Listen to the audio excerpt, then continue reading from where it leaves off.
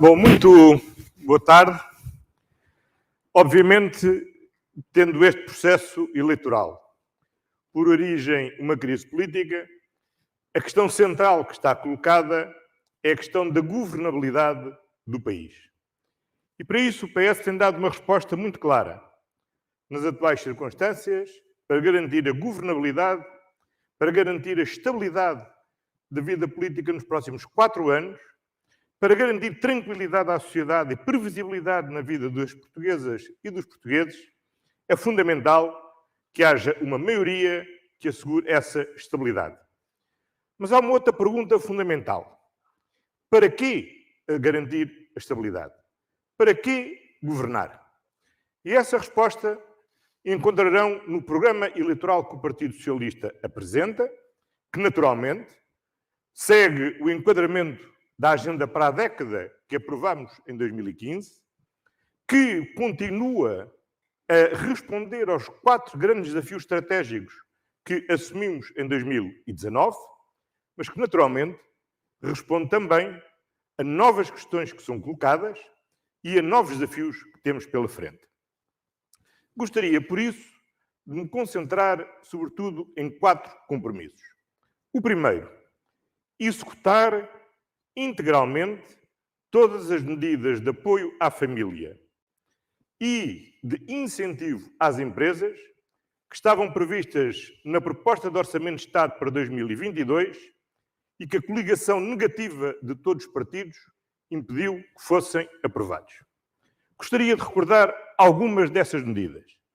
Em primeiro lugar, com o governo de maioria do Partido Socialista, será aprovada com efeitos retroativos a 1 de janeiro um novo aumento extraordinário das pensões para todas as pensões até 1.097 euros.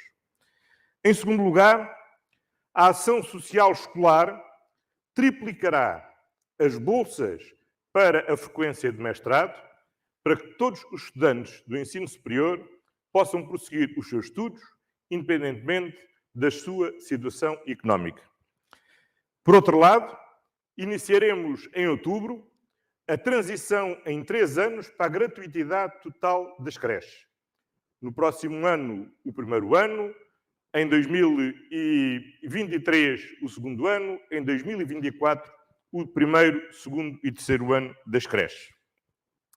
Também aprovaremos a garantia infantil, que permitirá resgatar das situações de pobreza extrema cerca de 120.000 crianças que se encontram nessa situação em Portugal.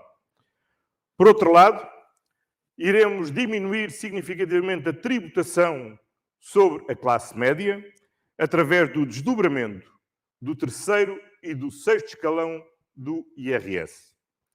170.000 famílias passarão a estar isentas de IRS com o aumento do mínimo de existência. Relativamente ao IRS jovem, ele será automático, será alargado para 5 anos, passará a englobar também os rendimentos de prestação de serviços e assegurará, nos 2 primeiros anos, a isenção da tributação sobre 30% do rendimento, no 4º e no 5º ano, a isenção sobre 20% do rendimento e no 5º ano, a isenção ainda sobre 10% do rendimento, assim aumentando o rendimento disponível dos jovens no momento em que estão a iniciar a sua vida ativa. Gostaria também, no que diz respeito às empresas, de recordar um conjunto de medidas que a coligação negativa chumbou e que a maioria do Partido Socialista permitirá que entrem em vigor. Em primeiro lugar, para melhorar a liquidez das micro, pequenas e médias empresas, o fim definitivo do pagamento especial por conta. Em segundo lugar, um forte incentivo ao investimento empresarial na sua modernização, permitindo a dedução à coleta de 25% das despesas de investimento até 25% das despesas de investimento. Em terceiro lugar, de forma a fomentar o empreendedorismo, a atrair e fixar talento no nosso país, 2 medidas da maior importância. Em primeiro lugar, termos o regime mais competitivo de toda a União Europeia no que diz respeito à tributação dos rendimentos provenientes da propriedade intelectual, de forma a fomentar a inovação e a fixação em Portugal de talento criativo. Em segundo lugar, de forma a melhorar as condições de remuneração e de atração de talento e de fixação de talento através das startups, a criação de regimes de tributação muito atrativos para a remuneração sobre a forma de planos de participação social nas startups. Segundo compromisso que gostaria de assumir. O meu próximo governo será um governo mais compacto e será verdadeiramente uma task force ao serviço da recuperação do país. Essa recuperação é a recuperação da economia de cada um, da economia das famílias, da economia das empresas. Este ano é um ano onde já vamos retomar o crescimento acima da média europeia. Como todos sabemos, desde o princípio deste século, o país levou grande parte do tempo a crescer menos que a União Europeia e a estar estagnado. Virámos essa página em 2016. Continuámos em 2017, em 2018, em 2019. Só o ano passado, com a crise da pandemia, interrompemos esse percurso. Mas este é um percurso que este ano já retomamos, fortemente impulsionado por termos tido um novo máximo de investimento público e privado e um novo máximo de emprego em termos históricos. Este é o nosso objetivo e o nosso compromisso. Continuar a crescer sempre acima da média europeia durante os próximos 4 anos. O Banco de Portugal prevê que entre 2020 e em 2024 o país tenha um crescimento de 17%. É essa trajetória que nós queremos prolongar para 2025, para 2026, de forma a que o país se aproxime de forma sustentável dos países mais desenvolvidos da União Europeia. Para que isso aconteça, não podemos perder tempo a continuar a dar plena execução aos recursos do Portugal 2020. Não podemos perder um segundo a hesitar a assinar o contrato com a Comissão Europeia para dar início imediato à execução do próximo Portugal 2030. E, finalmente, temos de continuar a pôr toda a nossa energia na execução do Plano de Recuperação e Resiliência. Por outro lado, temos de prosseguir a nossa estratégia de redução dos custos de contexto. As reformas que recentemente entraram em vigor no que respeita à justiça económica vão continuar a contribuir para termos uma justiça mais célere, como aquela que tem permitido, ao longo destes 6 anos, reduzir em 47% o número de pendências na justiça civil e comercial. Temos também que garantir a mesma eficiência no que diz respeito à justiça fiscal. Por outro lado, nós temos que continuar a desenvolver aquilo que é uma marca da governação do Partido Socialista, o Simplex, a estratégia de simplificação da administração pública, cortando na burocracia, de forma a melhorar na cidadania e na competitividade das nossas empresas. Por fim, nós temos de garantir a confiança nas instituições.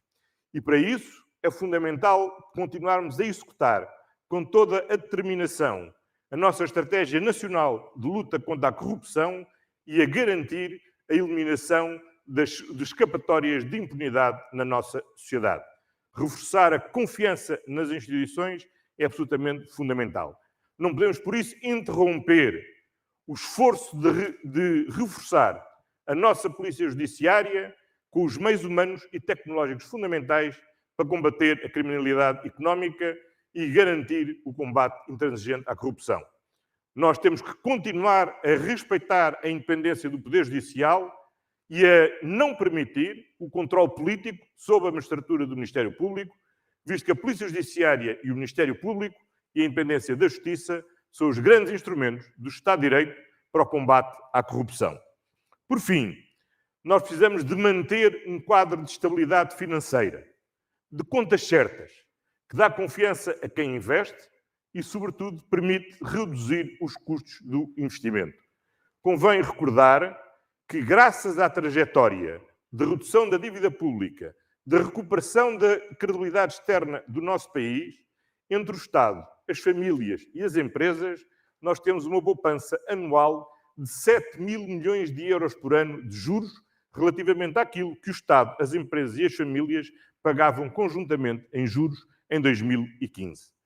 Ora, nós sabemos bem que esta crise pandémica obrigou o Estado a não hesitar em fazer as despesas que eram necessárias fazer para responder à saúde e para apoiar o emprego, as empresas e os rendimentos. Mas agora que voltamos a crescer, agora que voltamos a máximos históricos do emprego, agora que voltamos a máximos históricos da exportação, nós temos de manter a trajetória que já iniciamos, de inverter a tendência de endividamento e retomarmos esta tendência para reduzir o nosso déficit e reduzir a nossa dívida. O nosso objetivo é muito claro.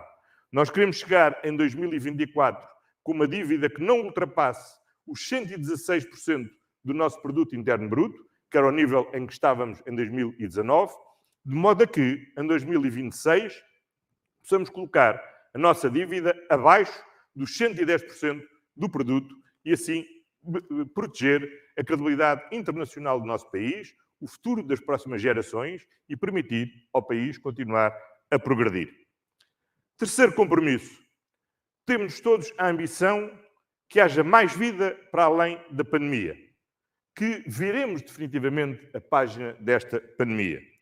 E para isso é necessário acelerar a convergência para podermos ir mais além. Para que isso aconteça, nós precisamos ter um governo de confiança, que abra novos horizontes de esperança e progresso na sociedade portuguesa.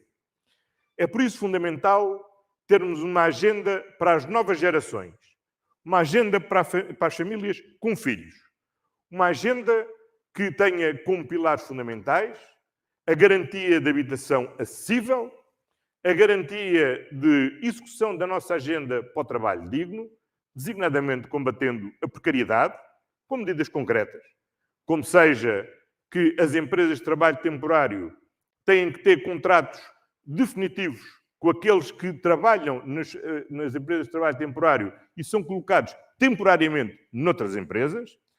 Temos que, de uma vez por todas, fixar que quem trabalha para as plataformas digitais tem que ter um contrato de trabalho com essas empresas, com essas plataformas digitais, e temos que avançar também na conclusão dos dois grandes acordos que temos em sede de concertação social. Por um lado, o acordo para a conciliação da vida pessoal, da vida familiar e da vida profissional. Ao longo destes 2 anos, alteraram significativamente a percepção que toda a sociedade tem relativamente ao seu tempo e ao tempo que dedicam à família, ao tempo que dedicam ao trabalho, ao tempo que dedicam a si próprios. E isto tem que se refletir numa nova relação no mundo do trabalho, com horários diferenciados, com uma discussão que temos que assumir sobre se mantemos a semana dos 5 dias ou se avançamos para uma semana de 4 dias, e em sede de concertação social temos de fazer esta discussão e temos de negociar este acordo. O segundo acordo tem a ver com a produtividade e os rendimentos. Nós fizemos um esforço imenso ao longo dos últimos anos para um grande aumento do salário mínimo nacional. Também o salário médio tem progredido, não ao mesmo ritmo, mas também tem progredido, cerca de 10% nos últimos anos. Mas temos que fazer mais e temos que fazer melhor. Há um gráfico que eu pedia que dessem atenção. Esse gráfico diz-nos o seguinte: no conjunto da União Europeia, da totalidade da riqueza produzida, 48% é distribuída em salários. Em Portugal, como verificamos, entre 2011 e 2016, houve uma queda brutal do peso dos salários no conjunto da riqueza nacional. Desde 2016 para cá, temos vindo a fazer um esforço grande, governo, empresas, a sociedade no seu conjunto, para recuperar a valorização dos salários no conjunto da riqueza nacional. Ao longo dos últimos 6 anos, as remunerações aumentaram 17,5% o seu peso no conjunto da riqueza nacional. Mas, como vemos, estamos ainda longe daquilo que é a média da União Europeia. E a ambição que nos temos de fixar coletivamente é para, nos próximos 4 anos, irmos mais longe e andarmos mais depressa.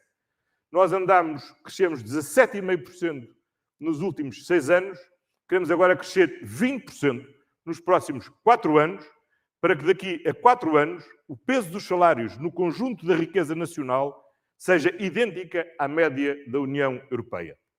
Este é um esforço que tem que resultar de uma negociação em sede de concertação social, porque este aumento dos rendimentos, este aumento salarial, este aumento do salário da classe média, este aumento dos salários médios tem que ser, obviamente, sustentado nos ganhos de produtividade. E é por isso fundamental termos uma estratégia que assente naqueles que nós temos sempre identificados como os grandes motores do crescimento e do desenvolvimento do nosso país. A melhoria das qualificações, a melhoria da inovação, de forma a podermos ter bens e produtos de maior valor acrescentado, serviços de maior valor acrescentado, que possam permitir empresas mais produtivas, uma economia mais competitiva, com mais e melhor emprego. Emprego digno, trabalho justo e salários justos, ao nível europeu, de forma a que para as novas gerações não sejam só as mais qualificadas de sempre, mas sejam também as mais realizadas de sempre no nosso país. Quarto e último compromisso que queria aqui destacar. É função de um governo conhecer a realidade do seu país. E não é pelo facto de estarmos há 6 anos no governo que nós desconhecemos o que fizemos de bem e o que o país melhorou, mas também não é o facto de estarmos no governo há 6 anos que nos faz ignorar que há problemas que continuam a existir e problemas novos que também exigem resposta. E por isso o quarto compromisso é estarmos atentos aos problemas e determinados na sua resolução. Sabemos que o número de utentes do Serviço Nacional de Saúde aumentou mais que o número de médicos de família e por isso não alcançamos ainda o nosso objetivo de garantir um médico de família para cada português. Precisamos, por isso, de aumentar o número de médicos de família. E o que queremos fazer são um conjunto de medidas concretas que tornem a carreira de Medicina Geral e Familiar mais atrativa. A primeira é generalizar a passagem dos velhos centros de saúde para as novas unidades de saúde familiares, com uma gestão mais moderna, mais atrativa, mais bem remunerada, para cobrir 80% da população ao longo dos próximos 4 anos. Segundo lugar, porque a saúde tem que ser acessível para todos em todos os locais, haver incentivos para a fixação de médicos de especialistas em medicina geral e familiar nas zonas que são mais carenciadas, de forma a assegurar igual acesso a médico de família em todo o território nacional. Sabemos que há uma transição geracional que está em curso nas nossas escolas e no pessoal e entre os professores. E para isso, nós temos que tornar esta carreira mais atrativa. Para que isso aconteça, é fundamental mudar o modelo de recrutamento e, sobretudo, o modelo de vinculação. Não há nenhuma boa razão para que os professores seja a única carreira em todo o Estado onde forçosamente, durante anos e anos, são obrigados a ser oponentes a concursos para mudança de estabelecimento de ensino. Nós temos que permitir a vinculação ao quadro de escola o mais rapidamente possível, ao quadro de agrupamento o mais rápido possível, à zona pedagógica o mais rapidamente possível. Quanto mais depressa os professores puderem fixar-se à sua escola, mais rapidamente melhoramos a qualidade do ensino e, sobretudo, tornamos esta carreira uma carreira mais atrativa e que cubra igualmente todo o território nacional. Nós sabemos que é necessário melhorar os cuidados de saúde para os idosos. Esta pandemia foi uma dura prova para todos. Mas para isso contamos com o novo Pacto de Solidariedade que assinámos com as Misericórdias, com as IPSS, com com as mutualidades, com o movimento cooperativo, para assegurar melhores cuidados de saúde aos nossos idosos. Querem novas unidades de cuidados continuados integrados, querem maior auxílio, apoio domiciliário, de forma a diminuir a institucionalização dos nossos idosos e a que possam viver com melhor qualidade de vida, mais saudáveis, na casa que foi o seu lar ao longo da sua vida.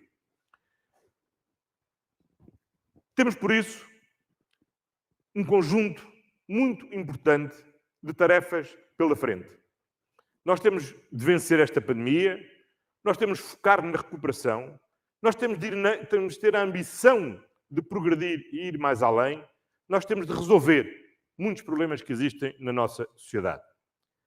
Para que isto seja possível, é necessário termos um governo que possa olhar para o país e manter a estabilidade das políticas durante 4 anos. Para responder a estas necessidades, nós não podemos andar de crise em crise. Não podemos viver em governos provisórios de 2 anos. Nós precisamos de um governo estável para os próximos 4 anos. É assim que o Partido Socialista se apresenta aos cidadãos, para assegurarmos a estabilidade, mas para responder a estes compromissos concretos. Aprovar o conjunto de medidas de apoio às famílias e de incentivo às empresas que constavam do Orçamento de Estado para 2022 e que já sabemos que, sem uma maioria do Partido Socialista, não conseguem passar na Assembleia da República. Para garantir o foco na recuperação e não andarmos de instabilidade em instabilidade a prejudicar este esforço nacional. Para garantir que temos a ambição e a força suficiente para ir mais além e assegurar, efetivamente, que as novas gerações serão, em Portugal, as mais realizadas de sempre. E, finalmente, porque para cada problema é necessário encontrar uma solução, ter a determinação de a prosseguir e, sobretudo, a persistência de não desistir. Nós não desistimos e estamos aqui precisamente para continuar o trabalho que foi interrompido e para irmos mais além, fazendo mais e fazendo melhor. E a certeza que temos é que juntos nós seguimos e nós vamos conseguir. Muito obrigado.